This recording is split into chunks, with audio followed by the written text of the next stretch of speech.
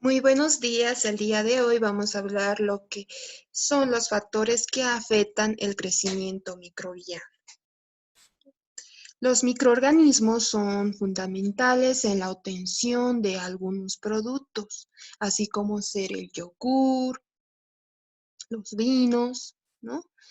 Que estos microorganismos van a ayudar a la elaboración de un alimento, pero hay microorganismos que perjudican al alimento, causan el deterioro de este alimento. Además, tienen un papel muy importante en las enfermedades de origen alimentario, ¿no? Siendo causantes de las mismas. Hay varios factores que influyen en el crecimiento microbiano en los alimentos. Estos deben tenerse muy, pero muy en cuenta para evitar estas infecciones alimentarias, ¿no? Cuando hablamos de un crecimiento microbiano, se trata del aumento de número de células, es decir, del aumento de número de microorganismos, ¿no? De células, de microorganismos. Por eso podemos observar en la gráfica, ¿no? Número de microorganismos viables. Así como nosotros nacemos, crecemos, nos reproducimos y morimos, así también estos microorganismos tienen su ciclo de vida. Acá una etapa 1 donde se le llama fase de latencia o fase de adaptación. Imaginémonos que hay 4 personitas que se están adaptando a un medio, es decir, 4 personitas que van a una isla. A esta isla, ellos tienen que adaptarse a esa isla, ¿no? A la nueva alimentación, a la nueva temperatura, a los nuevos ambientes. Una vez que estas personitas se adapten, van a empezar a reproducirse, ¿no? Van a empezar a reproducirse, van a tener hijitos, después sus hijitos van a tener otros hijitos, ¿no? Entonces lo mismo pasa con los microorganismos. Lo que va a pasar es que van a empezar a multiplicarse. Después viene una fase estacionaria donde estas personitas ya no van a reproducirse a falta de qué, a falta de alimento, y esta fase se la llama fase estacionaria. A falta de alimentación van a comenzar a morir y a esta fase se le llama fase de muerte. Lo mismo pasa con los microorganismos. Tienen una fase estacionaria y ¡pum! Estos microorganismos van a empezar a morir.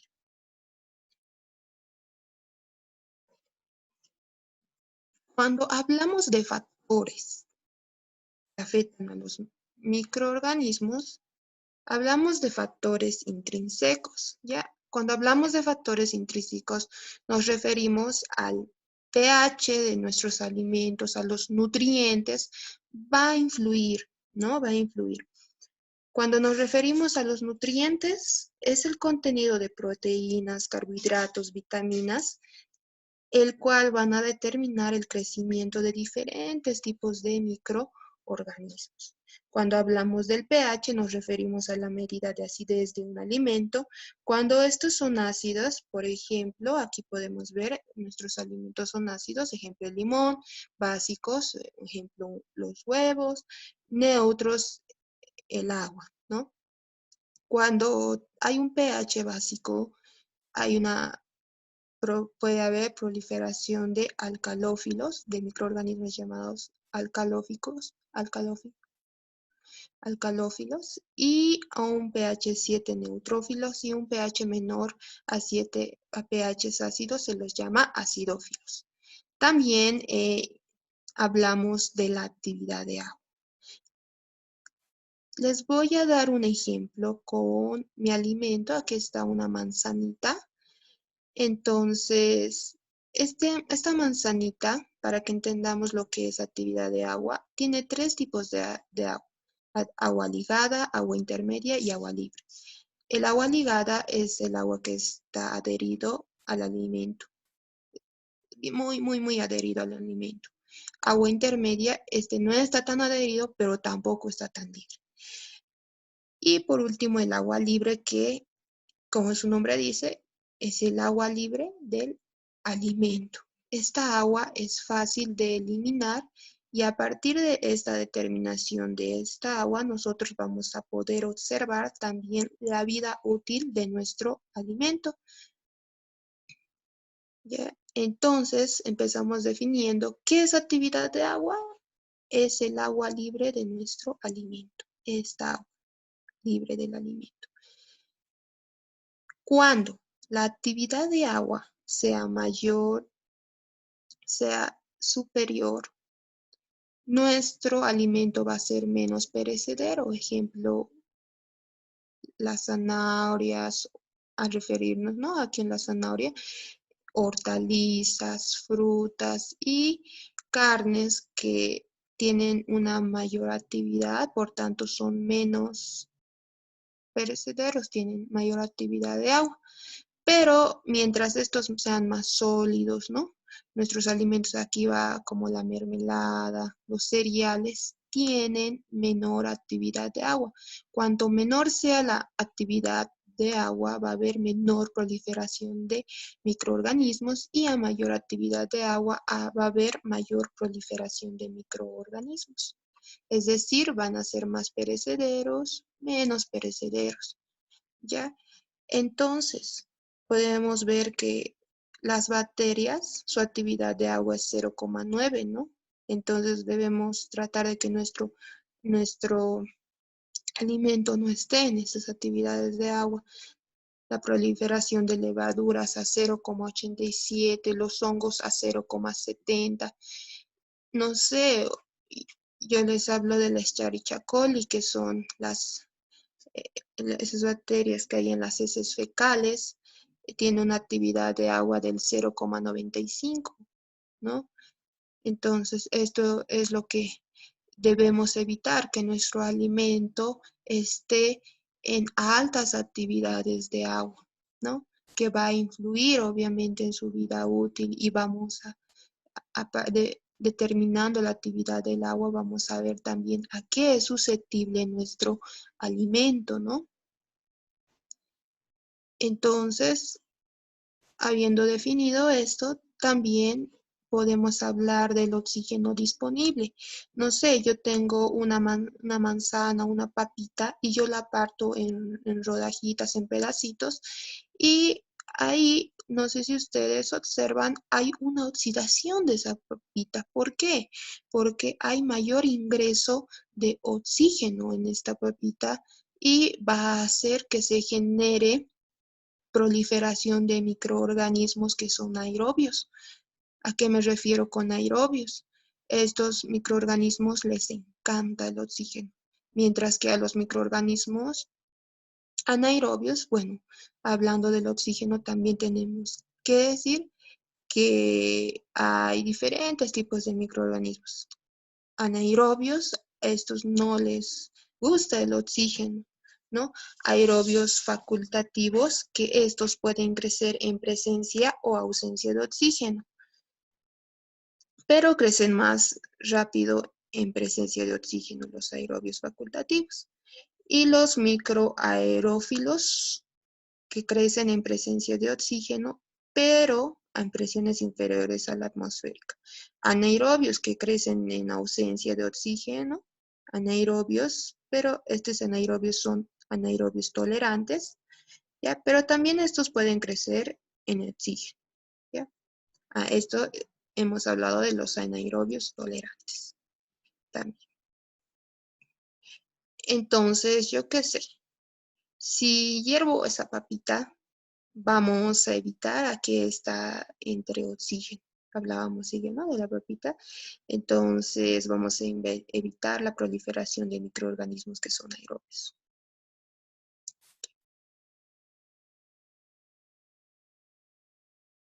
También vamos a hablar de lo que son los factores extrínsecos. ¿Qué son los factores extrínsecos?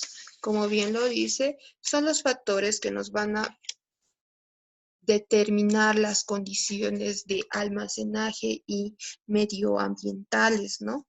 Así como ser uno de los factores más importantes como es la temperatura, ¿no? ¿Por qué? Porque a partir de esto vamos a ver el crecimiento microbiano y nos van a permitir también tener una seguridad alimentaria a partir de estas temperaturas.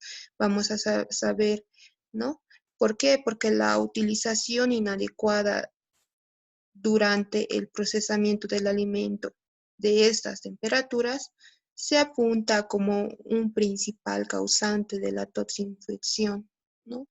Es decir, si nuestros microorganismos podemos observar en la gráfica de 5 a 60 grados Celsius, es una zona de peligro que generalmente son temperaturas en las que hay crecimiento bacteriano. Si tenemos una temperatura inferior a 5 grados Celsius, lo que va a pasar es inhibir el crecimiento microbiano. Por eso ahí tenemos la refrigeración y menores a 0 grados Celsius, ahí tenemos la congelación, que se está inhibiendo el crecimiento microbiano, mientras que temperaturas superiores, no sea 100 grados Celsius, superiores a los 75 grados Celsius, vamos a poder, se va a poder matar a algunos ciertos tipos de microorganismos. Entonces observamos acá esta otra gráfica, los microorganismos que son termófilos se propagan en una temperatura de 55 a 75 grados Celsius. Es decir, a esta temperatura estos termófilos viven. Mesófilos de 30 a 45 grados Celsius. Psicrótrofos de 25 a 30 y psicrófilos de 12 a 15 grados Celsius. Otro factor importante entre los extrínsecos es también, después de haber hablado de la temperatura, es la humedad. ¿Qué es la humedad?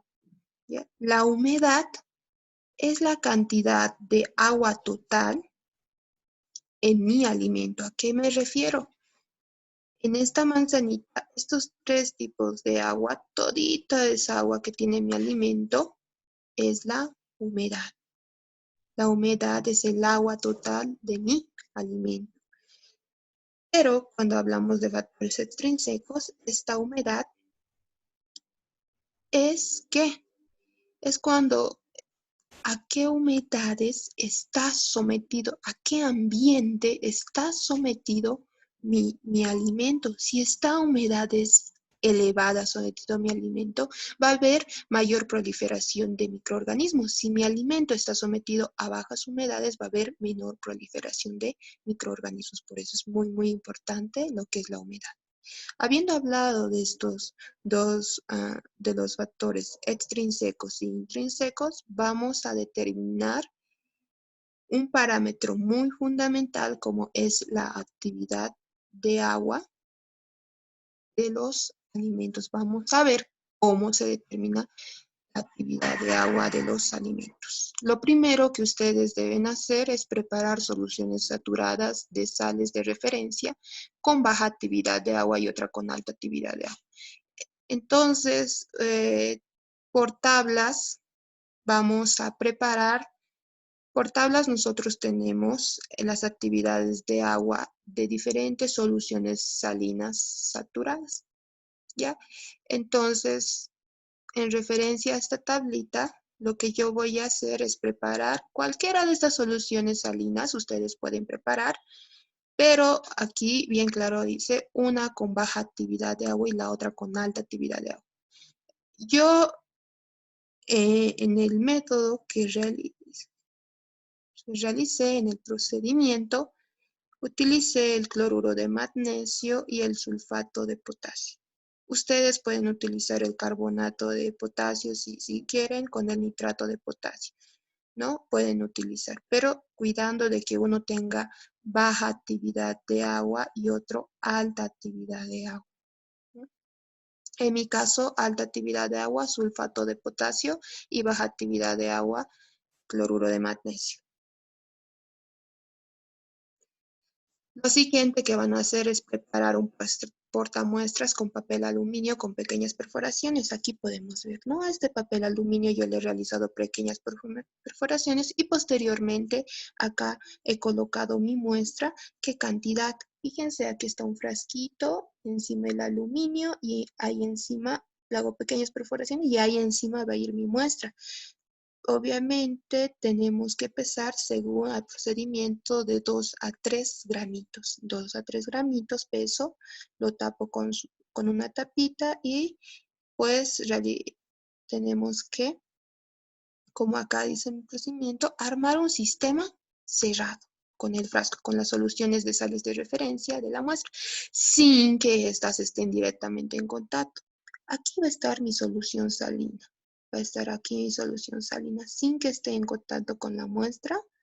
¿Ya? Y acá va a estar mi muestra con papel aluminio. Lo cierro con la tapita porque yo quiero armar un sistema cerrado. Lo dejo durante 24 horas a 25 grados Celsius. Una vez pasado este tiempo, voy a llevar al desecador durante 10 minutos para enfriarlo y después voy a proceder a pesar mi muestra. Y posteriormente vamos a realizar la gráfica que ahora les voy a enseñar una vez obtenidos los datos. Y vamos a proceder con los cálculos y resultados. ¿Ya? Teníamos que, ¿no?, he utilizado una solución salina saturada del cloruro de magnesio. ¿Cuánto era su actividad de agua? 0,328. Si ustedes observan la gráfica, la actividad de agua va a ir en el eje de las X y en el eje de las Y va a ir el porcentaje que yo voy a calcular de pérdida de agua o de ganancia de agua o de pérdida de agua. Si va a perder agua, va a ir hacia abajo y si va a ganar agua, hacia arriba. Entonces, tengo lo siguiente. Masa de mi muestra era 3,0808 gramos y ha pasado las 24 horas y mi muestra era, la masa de mi muestra es 3,077 gramos. Observamos que el peso ha disminuido de 3,08 a 3,01. ¿Es lógico? Claro que sí. ¿Por qué? Porque la actividad de agua era bajo. Por tanto, lo que ha pasado es la disminución de peso de mi muestra. Pero, ¿cuánto es esa disminución de peso de mi muestra? Por una simple resta, es 0,0631 gramos.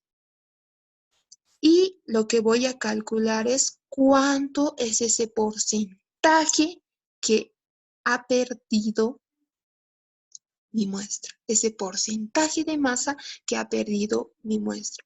¿Y ese porcentaje de qué es? Ese porcentaje es porcentaje de agua perdido. Por tanto, irá hacia abajo porque está perdiendo. Queremos saber cuánto es ese porcentaje que ha perdido de agua. Al principio mi muestra estaba con 3,0808 gramos, donde estaba al 100% de agua, pero han pasado las 24 horas y ha disminuido de peso y esa disminución de peso es 0,0631 gramos. No sabemos cuánto es ese porcentaje que ha perdido. Calculamos por una regla de 3 y es 2,048%. Será el porcentaje de agua perdido. Y, por último, para alta actividad de agua, con el sulfato de potasio, ¿no? Fíjense, la actividad de agua es 0,973.